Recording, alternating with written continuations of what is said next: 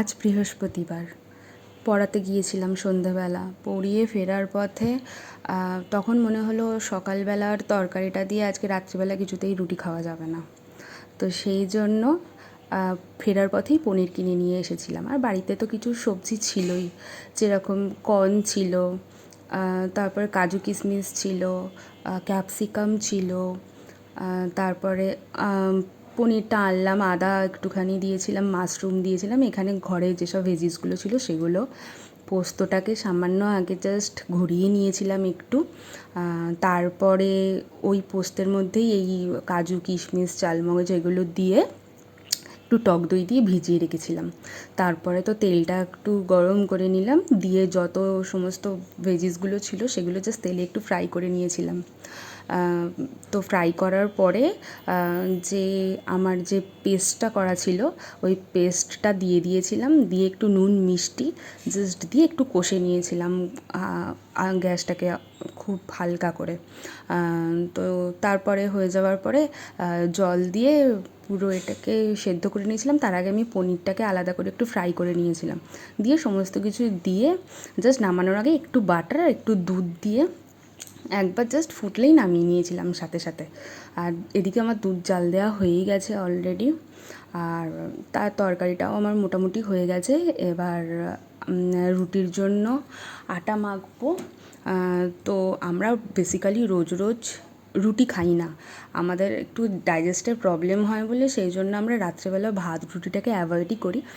কোনো দিন ইচ্ছে গেলে সেদিন রুটি খাই, আর বেশিরভাগ দিনই আমরা নয় চিকেন স্টিউ, নাহলে ডাল, নাহলে ভেজিটেবল স্যুপ, খুব যেগুলো তাড়াতাড়ি ডাইজেস্ট হয়ে যায় সেরকম ধরনেরই খাবার খাই। কারণ রাত্রিবেলা তো খুব একটা বেশি পরিশ্রম হয় না খাওয়া দাওয়ার পরে, তো আর খেতে খেতেও আমার প্রায় 8:30 থেকে 9টা বেজে যায়, কারণ পড়িয়ে ফেরার পরে তারপরে খেতে হয়।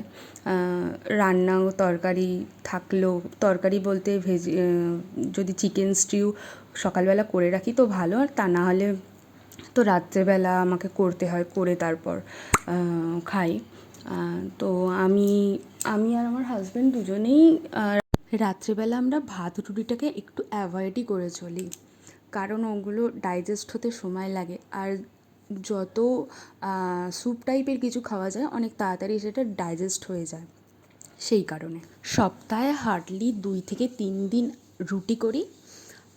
আর তারপর বাকি যে কটা দিন থাকে সেগুলো আমরা মোটামুটি ওই স্যুপ ডাল এইসব খেয়েই মোটামুটি রাত্রিবেলাটা কাটাই। কারণ আমার একবার একটু সমস্যা হয়েছিল ডাইজেস্টের, তো তখন আমাকে ডাক্তার বলেছিলেন যে, গ্যাস্ট্রিকের ডাক্তার ছিলেন উনি, রাত্রিবেলা ভাত রুটিটাকে অ্যাভয়েড করাই ভালো, কারণ ওটা ডাইজেস্ট হতে একটু সময় বেশি নেয়।